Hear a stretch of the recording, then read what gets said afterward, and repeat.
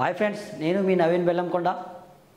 అయితే ఈనాడు, సాక్షి, నమస్తే తెలంగాణ, ఆంధ్రజ్యోతిలో ఉన్న అప్డేట్ని మీ అందరికీ అందించబోతా ఉన్నాం. అయితే ముఖ్యంగా మీ అందరికీ కనుక మాలో ఏమైనా లోపాలు ఉంటే ఖచ్చితంగా కామెంట్ రూపంలో తెలపండి. పేపర్ ఇలా ఎక్స్ప్లెనేషన్ చేస్తే బాగుంటుంది, ఇలా చేస్తే బాగుంటుందని చెప్పండి. అయితే ముఖ్యంగా ఈనాడులోని ముఖ్యాంశాలు చూద్దాం. హాకీ వీరులు అదరహో, ఒలింపిక్స్లో భారత్కు మరో కాంస్యం అంటే బ్రాంజ్ మెడల్ వచ్చిందనమాట. ఓవైపు పేరున్న క్రీడాకారుల అనన్య పరాజయాలు, మరోవైపు అందినట్లే అంది చేజారిన పథకాలు. అన్నింటిని మించి రేజరర్లు వినేష్ పోగాట్కు ఖాయమైన పథకం దూరమైన వేళ ఎంతో వేదనో. ఇలా వారం రోజుల పాటు నిరాశజనక ఫలితాలతో సాగిపోయిన ఒలింపిక్స్లో ఎట్టకేకలకు ఉపశమనం. ఫైనల్ చేరే అవకాశాన్ని త్రుటిలో కోల్పోయిన భారత హాకీ జట్టు కాంస్యం పోరులో మాత్రం పట్టు వదల్లేదు. బలమైన స్పెయిన్ 2-1తో ఓడించి దేశానికి మరో పథకాన్ని అందించింది. భారత హాకీ జట్టుకు ఇది వరుసగా రెండో ఒలింపిక్స్ కాంస్యం. ఈ మ్యాచ్తోనే అంతర్జాతీయ హాకీ నుంచి తప్పుకున్న దిగ్గజ గోల్ కీపర్ పిఆర్ శ్రీజేష్కు జట్టు ఘనంగా వీడ్కోలు పలికింది. మరోవైపు రేజ్లింగ్లో ఆమన్ సెహ్రావత్ కాంస్య పోరుకు అర్హత సాధించాడు. విజయానంతరం గోల్ కీపర్ శ్రీజేష్ భారత ఆటగాళ్లు సంబరాలు. అయితే హాకీలో బ్రాంజ్ మెడల్ అనేది సాధించడం జరిగింది నిన్నటి ఒలింపిక్స్లో. అదేవిధంగా మన ఇంకోటి ఏంటంటే ఇదే పేపర్ చూద్దాం. నీరజ్ చోప్రా కూడా రజతం సాధించడం జరిగింది. రజతం నీరాజనం. ప్యారిస్ ఒలింపిక్స్లో భారత్ తొలి రజత పథకం లభించింది.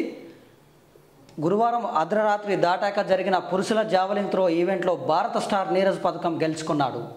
నీరజ్ జావలిన్ దూరం విసిరి రెండో స్థానంలో నిలిచాడు. పాకిస్తాన్కు చెందిన అర్షద్ నదీం 92.97 మీటర్ల ఒలింపిక్ రికార్డు నెలకొల్పి పసిడి పతాకాన్ని దక్కించుకున్నాడు. గత టోక్యో ఒలింపిక్స్లో నీరజ్ స్వర్ణ పతాకాన్ని సాధించాడు. ప్యారిస్ ఫలితంతో నీరజ్ వరుసగా 2 ఒలింపిక్స్లో పతకాలు నెగ్గిన 4వ భారతీయ ప్లేయర్గా గుర్తింపు పొందాడు. క్వాలిఫైయింగ్లో అగ్రస్థానంలో నిలిచిన నీరజ్ ఫైనల్లో కాస్త తడబడ్డాడు. తొలి ప్రయత్నంలోనే అతడు విఫలమయ్యాడు. తర్వాత రెండో ప్రయత్నంలో జావలిన్ను 89.45 మీటర్ల దూరం విసిరాడు. అయితే స్వర్ణం గోల్డ్ మెడల్ సాధిస్తా అన్న నీరజ్ చోప్రా మాత్రం కొంచెం నిరాశ కనపరిచాడు. అయితే ఏం జరిగిందంటే ఖచ్చితంగా స్వర్ణం సాధిస్తారు అనుకున్నాం, కానీ స్వర్ణ పథకం రాలేదు. రజతంతో సరిపెట్టుకున్నాడు. అటు హాకీ జట్టు మాత్రం కాంస్యం పథకం నిలబెట్టుకొని 4వ పథకాన్ని భారత్ అకౌంట్లో వేయటం జరిగింది. ఇది అయితే నేను అలసిపోయాను. ఫైనల్కు ముందు అనర్హతకు గురైన రేజ్లర్ వినేష్ పోగాట్ రేజ్లింగ్ నుంచి వీడ్కోలు తీసుకున్నట్లు తెలిపింది. ఇంకా నేను అలసిపోయాను, నా వల్ల కాదు, ఇంకా నేను వీడ్కోలు పలుకుతున్నా అని చెప్పేసి వినేష్ పోగాట్ నిన్న హాస్పిటల్లో ఉండి ఒక పోస్ట్ చేయటం జరిగింది.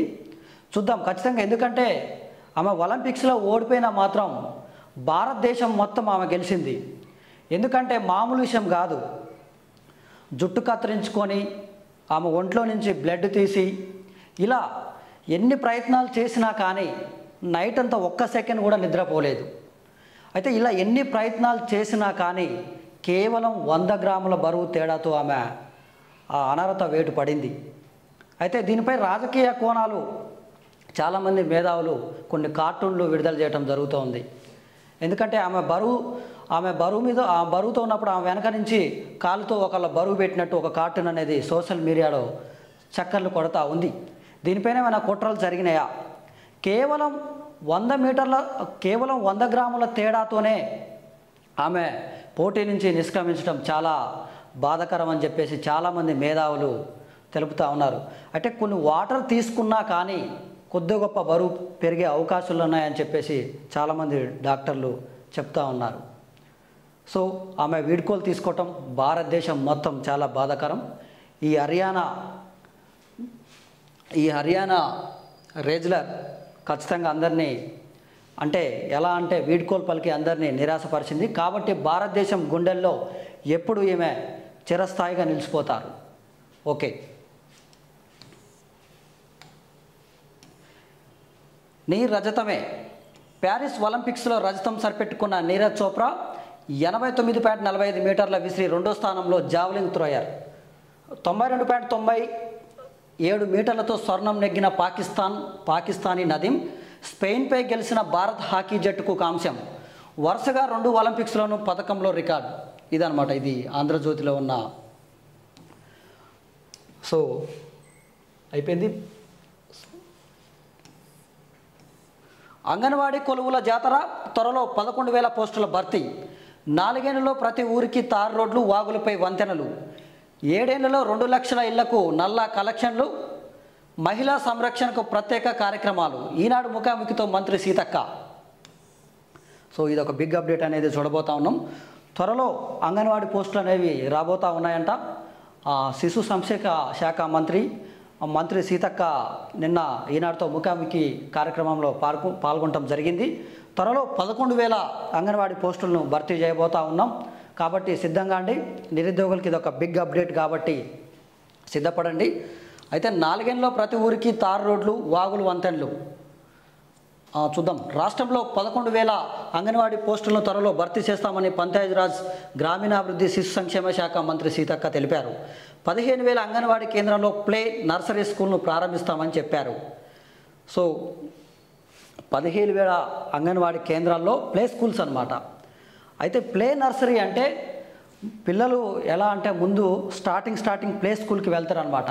ఈ ప్లే స్కూల్స్ అనేవి ఎలా అంటే ఫారెన్ కంట్రీస్లలో చాలా డిమాండ్ ఉంటాయి అన్నమాట ఈ ప్లే స్కూల్స్.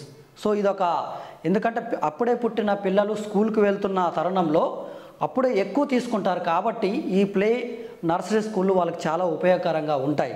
కాబట్టి ఇది మంచి అవకాశం కూడా. చూద్దాం ఇది నిజంగా ఇంప్లిమెంట్ చేస్తారా లేదా అనేది. ఇది కనుక చేస్తే మాత్రం మంచి అవకాశాలు ఉంటాయి. తాగునీటి సమస్యని ఎలా పరిష్కరిస్తారు, దీనిపై సర్వే చేయిస్తామని గతంలో ప్రకటించారు. గత ప్రభుత్వం ఇంటింటికి రక్షిత నీరు అందిస్తామని చెప్పింది. మేము సర్వే చేయించగా అది అవాస్తవం అని తేలింది. 7 లక్షల ఆవాసాలకు నల్లాలే లేవు. వేసవిలో వారికి ఇబ్బందులు రాకుండా బోర్లు, బావుల ద్వారా నీటిని సరఫరా చేశాం. ఆ 2 లక్షల ఇళ్లకు వచ్చే 7 ఏళ్లలో నల్లా కలెక్షన్లు ఇచ్చి రక్షిత నీటిని అందిస్తాం. మిషన్ భగీరథ కింద సరఫరా చేసే నీటిని 50 నుంచి 60% మంది గ్రామీణులు తాగటం లేదు. ఈ నీటినే తాగేలా వారిలో చైతన్యం తెస్తాం. అయితే గత బీఆర్ఎస్ ప్రభుత్వం మిషన్ భగీరథ ఘోరంగా విఫలమైందనమాట. కేవలం కాంట్రాక్టర్లకే ఉపయోగకరంగా ఉంది. ఖచ్చితంగా అది గ్రామాల్లో ఇంతవరకు మిషన్ భగీరథ నీళ్ళు రాకపోవటం దుర్మార్గకరం. ఎందుకంటే గత ప్రభుత్వం నీళ్ళు ఇస్తేనే మేము ఇంటికి వచ్చి ఓట్లు అడుగుతామని చెప్పి మిషన్ భగీరథని తీసుకువచ్చి ఇంటింటికి నల్లా కలెక్షన్ ఇస్తా అని చెప్పి ఘోరంగా మోసం చేసింది. ఎందుకంటే అది కేవలం కాంట్రాక్టర్లకు మాత్రమే లబ్ధి చేకూరింది మిషన్ భగీరథ అనేది. అయితే ఇప్పుడు గ్రామాలకు వెళ్ళి చూసినా కానీ ఏ గ్రామాలలో కూడా ఇంతవరకు మిషన్ భగీరథ కింద ఆ ఇంటింటికి నల్లా నీళ్ళు ఇస్తామని చెప్పి ఇంతవరకు ఆ నల్లాలు లేవు, ఆ నీళ్ళు లేవు. అట్లా చేసింది గత ప్రభుత్వం. ఇంకో చార్లెస్ శ్వాబ్ సంస్థ ప్రతినిధులతో సీఎం రేవంత్ రెడ్డి, మంత్రి శ్రీధర్ బాబు, ఆర్థిక శాఖ ప్రత్యేక ప్రధాన కార్యదర్శి రామకృష్ణారావు, ఐటీ పరిశ్రమల శాఖ ప్రత్యేక ప్రధాన కార్యదర్శి జయేష్ రంజన్ తదితరులు. తెలంగాణకు చార్లెస్ శ్వాబ్ సాంకేతిక అభివృద్ధి కేంద్రం ఏర్పాటు. సీఎం రేవంత్ రెడ్డి భేటీలో ఆర్థిక సేవల సంస్థ ప్రతినిధుల వెల్లడి. ఇది ఒక బిగ్ అప్డేట్ అనమాట. అమెరికా పర్యటనలో ఉన్న సీఎం రేవంత్ రెడ్డి బృందం చాలా శ్రమిస్తుంది. ఎందుకంటే పెట్టుబడుల కోసం మొన్న కాగ్నిజెంట్, నిన్న ఇంకొక సంస్థ, ఇవాళ ఇంకో సంస్థ, ఇలా అనేక సంస్థలతో ఒప్పందం కుదిరించుకొని మళ్ళీ ఇది అమెరికా పర్యటన ముగించుకొని దక్షిణ కొరియా పర్యటన కూడా ఉంది. అయితే ఈ పర్యటనలో అనేక ఒప్పందాలు కుదుర్చుకొని అనేక మంది నిరుద్యోగులకు ఉపాధి అవకాశాలు కల్పించడంలో ఎంతో శ్రమిస్తున్నారని మనం చూడవచ్చు. చూద్దాం. తర్వాత జపాన్లో భారీ భూకంపం, రెక్టర్ స్కేల్పై 7.1గా తీవ్రత నమోదు. సునామీ హెచ్చరిక జారీ అనమాట. జపాన్లో భారీ భూకంపం వచ్చింది. అక్కడ 7.1 తీవ్రతగా నమోదైందనమాట రెక్టర్ స్కేల్పై. సో బుద్ధాదేవ్ కన్నుమూత, తుది శ్వాస విడిచిన కమ్యూనిస్టు యోధుడు, 11 ఏళ్ల పాటు బెంగాల్ సీఎంగా సేవలు. ఇది నమస్తే తెలంగాణలో అప్డేట్ చూద్దాం. జేపీసీకి వక్స్ బిల్లు, లోక్సభ సవరణ బిల్లుకు ప్రవేశపెట్టిన కేంద్ర ప్రభుత్వం. తీవ్రంగా వ్యతిరేకించిన వైఎస్ఆర్సీపీ ప్రతిపక్షాలు సమాజాన్ని విచ్ఛిన్నం చేసే క్రూరమైన బిల్లు వద్దంటూ నినాదాలు, ఉపసంహరించుకోవాలనే డిమాండ్. వెనక్కు తగ్గిన ప్రభుత్వం బిల్లును జేపీసీ పరిశీలనకు పంపాలనే నిర్ణయం. అసలు ఏంటి ఈ జేసీపీ వక్స్ బిల్లు? వక్స్ అంటే అసలు యాక్చువల్గా మతపరమైన, అంటే ముస్లింలు కానీ ఎలాంటి మతపరమైన సంస్థలకు ఈ యొక్క వక్స్ బోర్డు అనేది ఏర్పాటు చేయడం జరుగుతుంది. అయితే పార్లమెంట్లో ఈ వక్స్ బిల్ అనేది ప్రవేశపెట్టడం జరిగింది. దీనిపైన విపక్షాలు తీవ్రంగా విమర్శించాయి. ఎందుకంటే ఈ యొక్క వక్స్ బోర్డు బిల్ అనేది ఎలా ఉండబోతుందో చూడబోదాం. ఒకసారి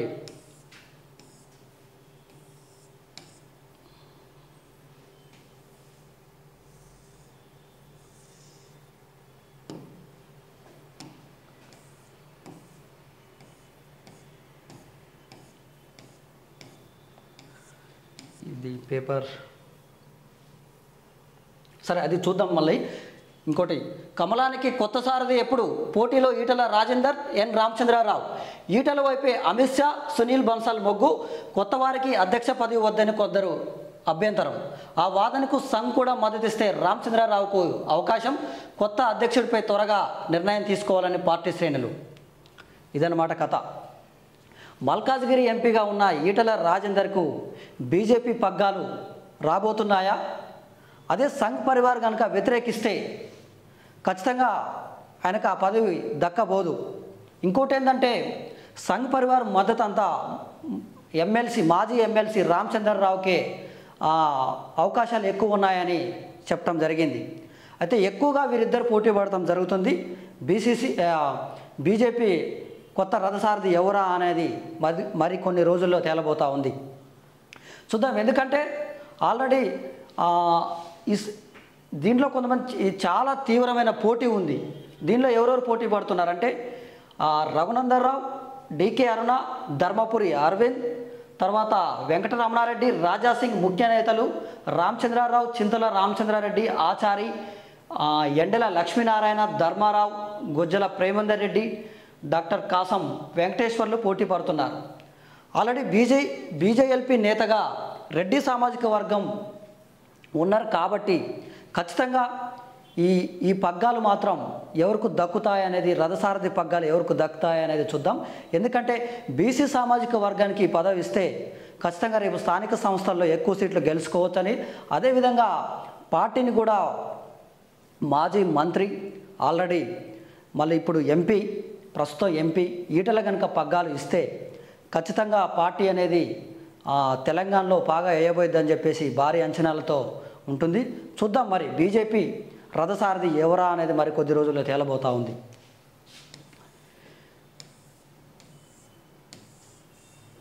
జీవో 33పై పోరాటం. మాజీ మంత్రి హరీష్ రావు, తెలంగాణ విద్యార్థులకు నష్టం చేస్తే ఊరుకోం. హరీష్ని కలిసిన జీవో 33 బాధిత విద్యార్థులు. ఇది కథ. జీవో 33 ఏంటంటే వైద్య విద్యార్థులకు 9వ తరగతి నుంచి 12వ తరగతి వరకు ఎక్కడ చదివితే అదే స్థానికతగా ఇవ్వటం జరిగింది కొత్త జీవో, ఈ 33 జీవో ప్రకారం. అయితే గత ప్రభుత్వం అలాంటిది ఏం లేదు. 6వ తరగతి నుంచి 12వ తరగతి వరకు ఎక్కడ చదివినా మేము స్థానికతగా భావించి వైద్య విద్యలో ఆ సీట్లు మేము, ఆ రిజర్వేషన్లు మేము స్థానికతకి ఎక్కువ కేటాయించడం అని జరిగింది. చూద్దాం మరి ఈ జీవో 33 ఎలా ముందుకెళ్తుందో. ఖచ్చితంగా వైద్య విద్యార్థులకు ఇది నష్టంగా ఉందని చెప్పేసి చాలామంది వైద్య విద్యార్థులు, అదేవిధంగా వారి తల్లిదండ్రులు కూడా తీవ్రంగా ఈ జీవో 33ను వ్యతిరేకిస్తున్నారు. అదే జీవో 33 ద్వారా కొనసాగించి వైద్య విద్యలో సీట్లను కేటాయిస్తుందా, లేకుంటే దీన్ని ఏమైనా ఉపసంహరించుకుంటుందా అనేది చూద్దాం. ఎందుకంటే ఖచ్చితంగా చాలామంది తీవ్రంగా నష్టపోతున్నారు. ఎందుకంటే 9వ తరగతి నుంచి 12వ తరగతి వరకు ఒక దగ్గర చదవాలంటే సాధ్యపడదు. ఎందుకంటే 9, 10 ఇక్కడ తెలంగాణలో చదివి ఆ ఇంటర్మీడియట్కు వేరే రాష్ట్రాలకి, కర్ణాటక అంటే బెంగళూరు కానీ ఇటు ఏపీలో కానీ విద్య నిమిత్తం వెళ్తారు. కాబట్టి వారికి తీవ్రంగా నష్టపోతారని చెప్పేసి బీఆర్ఎస్ నేతలు విమర్శిస్తూ ఉన్నారు. చూద్దాం దీనిపైన ప్రభుత్వం ఎలాంటి నిర్ణయం తీసుకుంటుందో జీవో 33పై.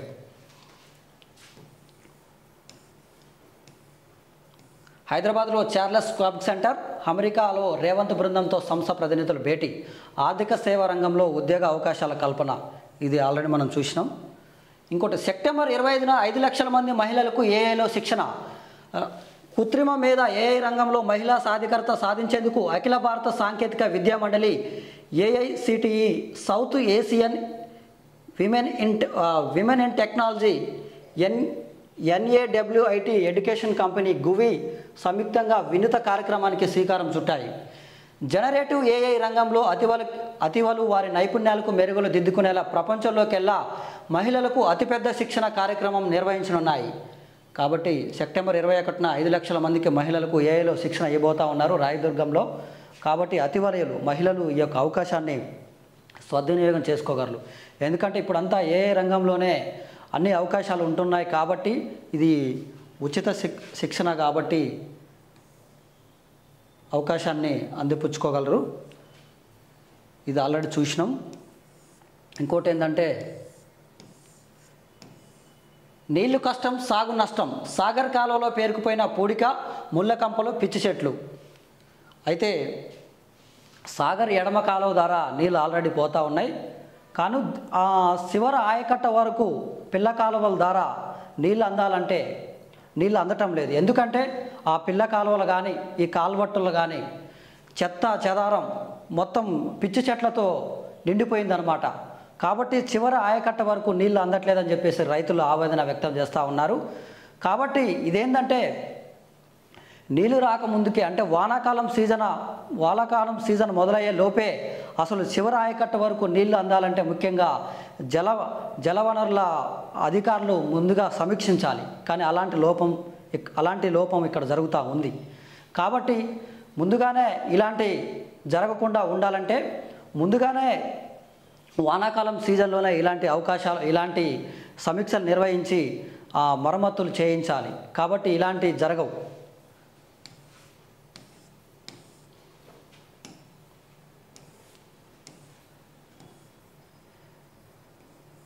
హైదరాబాద్లో పరిశ్రమలు స్థాపించండి, బ్రిటిష్ డిప్యూటీ హైకమిషనర్ను కోరిన భట్టి. గురువారం డిప్యూటీ హైకమిషనర్ గ్యారెత్ విన్ ఓపెన్తో భేటీ అయిన భట్టి హైదరాబాద్లో పరిశ్రమలు పెట్టండి అని చెప్పేసి బ్రిటిష్ హైకమిషనర్తో నిన్న భేటీ అయిన డిప్యూటీ సీఎం భట్టి విక్రమార్క గారు పెట్టుబడులు పెట్టండి హైదరాబాద్లో, హైదరాబాద్ అనుకూలంగా ఉంటుంది అని చెప్పేసి అంటా ఉన్నారు. నేట మునిగిన సుంకిశాల పంప్ హౌస్, కృష్ణా వరద తాకిడికి కూలిన కాంక్రీట్ రిటైనింగ్ వాల్, క్షణాల్లో 42 అడుగులు మునిగిన ఇంటెల్ వెల్, కూలీలు షిఫ్ట్ మారే సమయంలో ఘటన లేదంటే భారీగా ప్రాణ నష్టం, వారం రోజులైనా బయటికి పొక్కనేయని అధికారులు. ఇది కథ. ఇక అసలు ఏంది ఈ సుంకిశాల? ఈ సుంకిశాల వద్ద నిర్మిస్తున్న భారీ ఇంటెల్ వెల్ అయితే ఇది నీట మునిగినా కానీ వారం రోజులు అవుతున్నా కానీ బయటకు రాలేదంట. అయితే ఇది గత బీఆర్ఎస్ ప్రభుత్వం ఈ ప్రాజెక్టుని తీసుకొచ్చింది సుంకిశాలని. ఎందుకంటే హైదరాబాద్ అంటే జంట నగరాలకు నీళ్ళు ఇవ్వడానికి ఇది చాలా ఉపయోగకరంగా ఉంటుందని చెప్పేసి ఈ సుంకిశాలను ప్రారంభించడం జరిగింది. అయితే ఇది దురదృష్టవశాత్తు నీటిలో మునిగిందంట. ఇది నీటి మునిగే సమయానికి అక్కడ కూలీలు ఎవరు లేకపోవటం, చాలా ప్రాణ నష్టం జరిగి ఉండేది అక్కడ కనుక కూలీలు ఉంటే మాత్రం. అలాంటి ప్రాణ నష్టం తప్పిందని చెప్పేసి అధికారులు అంటా ఉన్నారు. అయితే 1 కాదు 2 కాదు, సుమారు కాళేశ్వరం నుంచి ఏది తీసుకున్నా కానీ గత బీఆర్ఎస్ ప్రభుత్వం అన్ని నాణ్యతమైన పనులు చేపట్టి ఇలాంటి పరిస్థితి రావటం జరిగిందని చెప్పేసి ఇప్పుడున్న కాంగ్రెస్ ప్రభుత్వం విమర్శిస్తూ ఉంది. అంటే ఏది చూసినా కానీ కాళేశ్వరం చూసినాగా చాలా అవినీతి జరిగిందని చెప్పేసి ఈ మధ్యన ఒక కమిషన్ కూడా వేయటం జరిగింది. సో అలాంటి కమిషన్కి మా నివేదిక మరికొద్ది రోజుల్లో రాబోతూ ఉంది. ఎలాంటి నివేదిక ఇస్తుంది అనేది. ఎందుకంటే ఆ చైర్మన్ కూడా ఈ మధ్య కాలంలో సుప్రీంకోర్టు తీసేయింది. కొత్త చైర్మన్ వచ్చి మళ్ళా ఆ నివేదికను అందిస్తారు. సరే, అది వేరే విషయం. సో గత బీఆర్ఎస్ ప్రభుత్వం మాత్రం అన్ని విషయాల్లో నాణ్యత ప్రమాణాలు పాటించి ఇలాంటి దుస్థితి రావడానికి కారణమని చెప్పేసి విమర్శిస్తూ ఉన్నారు ఇప్పుడున్న ప్రభుత్వం. సో నమస్తే తెలంగాణ చూద్దాం. నమస్తే తెలంగాణలో బట్టి అబద్ధం, సుంకిశాల వైఫల్యాన్ని బీఆర్ఎస్ వైపు నెట్టేసే యత్నం. సుంకిశాల ప్రాజెక్టుకు సంబంధించి 11/6/2021 బీఆర్ఎస్ ప్రభుత్వం హాయంలో ఒప్పందం జరిగింది. 2022లో పనులు మొదలుపెట్టారు. జూలై 2, 2023 నాడు ఆ వాల్ నిర్మాణం జరిగింది. కట్టించింది బీఆర్ఎస్ ప్రభుత్వమే. సాగర్లోకి నీళ్ళు వచ్చాయట, కూలిందట. సాగర్లోకి నీళ్లు రాకుంటే ఏమొస్తాయి? సాగర్ కట్టిందే నీళ్ళ కోసం. ఆ నీళ్లు నుంచే కదా పంప్ హౌస్ ద్వారా నీళ్లు తెచ్చుకుందామని కట్టుకున్నది. అవన్నీ దృష్టిలో పెట్టుకునే కదా కట్టాల్సింది. డిజైన్లు ఎంత లోపభూయిష్టంగా ఉన్నాయో దీని ద్వారా అర్థమవుతుంది. మీ పాలన, మీ పర్యవేక్షణ ఎలా ఉన్నాయో తెలుస్తుందని చెప్పేసి మా ఉప ముఖ్యమంత్రి విమర్శించడం జరిగింది. అసలేం జరిగిందంటే, కాంగ్రెస్ హయాంలోనే 10 రోజుల క్రితమే గేట్ ఏర్పాటు. టైపింగ్ కాకముందు జూలైలోనే మిడిల్ టన్నెల్ తెరిచే ప్లాను. కర్నూలు నుంచి యంత్రాన్ని తెప్పించి హడావిడిగా పనులు. కృష్ణాకు భారీ వరద వస్తున్నట్టు లెక్కలున్న రాదనుకుందట. సీనియర్ల ఇంజనీర్ల వద్ద వినియోగించుకొని జలమండలి. కరువైన ఉన్నతాధికారులు పర్యవేక్షణ ప్రమాదానికి కారణాలు ఇవే.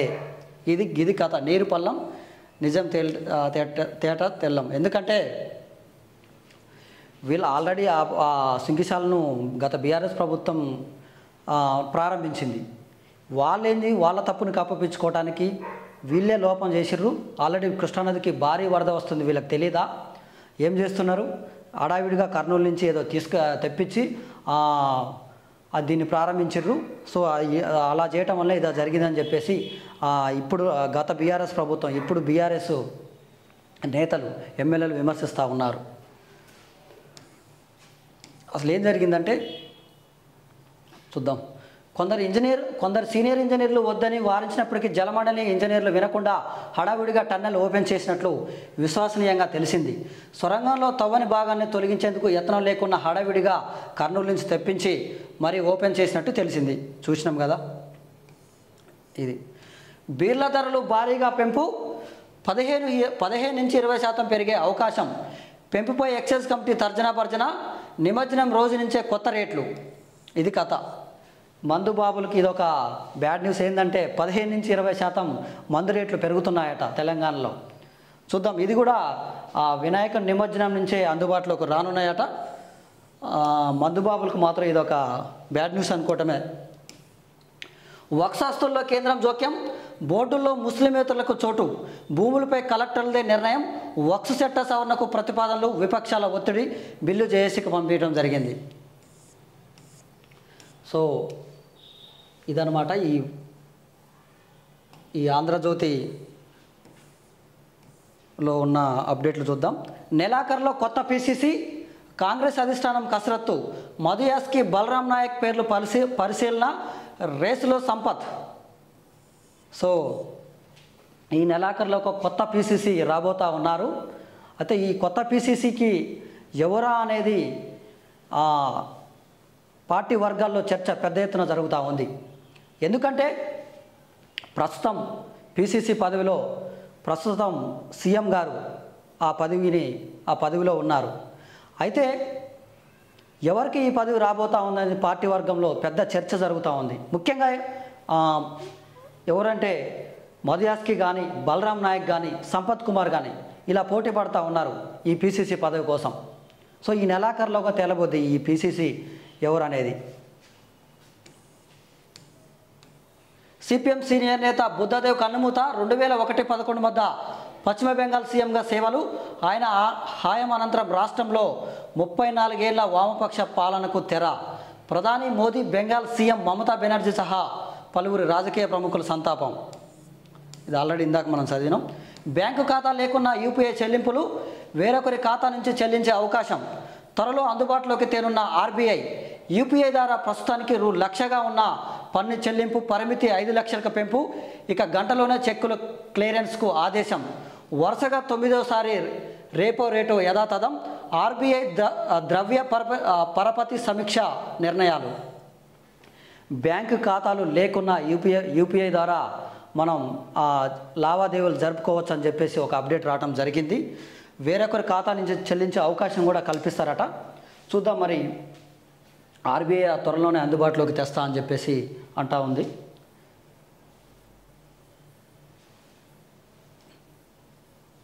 సాక్షిలో కొన్ని ముఖ్యమైన అప్డేట్లు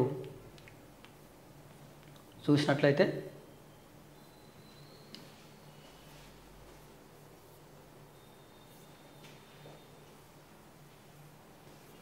ఏంటంటే వక్ఫ్ బోర్డు గురించి మనం ఖచ్చితంగా చూడాలి.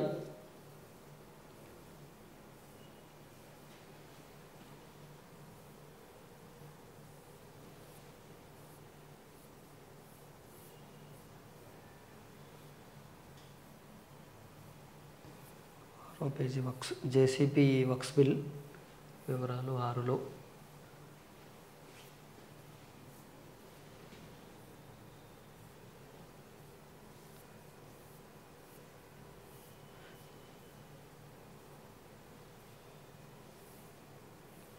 ఓకే సరే.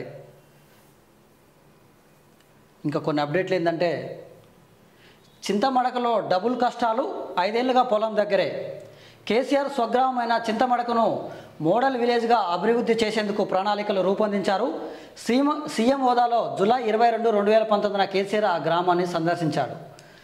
అయితే ఏంటంటే ఇదనమాట కేసీఆర్ ఇచ్చిన డబుల్ బెడ్రూమ్ ఇల్లులు. ఇట్లా చూడండి, బావి వద్ద ఉంటున్నాం, 5 ఏళ్లుగా పొలం దగ్గరే. ఏంటంటే చింతమడక అనేది మాజీ సీఎం కేసీఆర్ స్వగ్రామం. అయితే చింతమడకలో ఆ విలేజ్ని దత్తత కూడా తీసుకుంటా అని చెప్పారు. దత్తత తీసుకొని ప్రతి ఒక్కరికి అక్కడ ఇల్లు కట్టించడం కానీ అన్నిది నేనే చూస్తా అని చెప్పాడు. కానీ 10 ఏళ్ళు అయినా కానీ అక్కడ ఇగో కేసీఆర్ ఇచ్చిన మాజీ సీఎం ఇచ్చిన డబుల్ బెడ్రూమ్లు ఇయ్యే. ఆరోగ్యశ్రీ కార్డుల కోసం కమిటీ ఎంపిక మార్గదర్శకాల నిమిత్తం వైద్య ఆరోగ్య శాఖ నిర్ణయం. 3 కోట్ల మందికి ఈ పథకం వర్తించేలా ప్లాన్. రేషన్ కార్డు పరిగణలోకి తీసుకోకుండా ఆరోగ్యశ్రీని అందరికీ వర్తించే దిశగా చేస్తారంట. ఇది 3 కోట్ల మందికి అవకాశం అనేది అంటా ఉన్నారు. చూద్దాం, ఈ స్కీమ్ కనుక తొందరలోనే తీసుకురావాలని వస్తే కనుక రాష్ట్రంలో 3 కోట్ల మందికి లబ్ధి చేకూరుతుంది. సో కొత్త రేషన్ కార్డుపై ఉపసంఘం ఏర్పాటు చేయబోతున్నారట. చైర్మన్గా మంత్రి ఉత్తమ్ కుమార్ రెడ్డి, కమిటీ సభ్యులుగా మంత్రులు దామోదర రాజనరసింహ, పొంగులేటి శ్రీనివాసరెడ్డి, కన్వీనర్గా ప్రభుత్వ ప్రధాన కార్యదర్శి పౌర సరఫరా కమిషనర్ డిఎన్ చౌదరి వ్యవహరిస్తారంట. నిజాం కాలేజీ విద్యార్థినుల ఆందోళన శిబిరానికి ఎమ్మెల్సీ బల్మూర్ వెంకట్. నిజంగా గ్రేట్ అబ్బా. ఎందుకంటే గత ప్రభుత్వం ఏమైనా ఆందోళన చేస్తే ప్రభుత్వం నుంచి ఎవరు కూడా ఎమ్మెల్యే కానీ ఎమ్మెల్సీ కానీ ఇంకా మంత్రులు కానీ పోరు. ఇక్కడ నిజాం కాలేజీలో విద్యార్థినులు ఆందోళన చేస్తుంటే ఎమ్మెల్సీ బల్మూర్ వెంకట వాళ్ళ దగ్గరికి వెళ్ళి వారికి ఏం కావాలని చెప్పేసి తెలుసుకొని వీసీతో మాట్లాడి వారికి అన్ని ఏర్పాట్లు చేస్తామని ప్రభుత్వం తరపున హామీ ఇవ్వడం జరిగింది.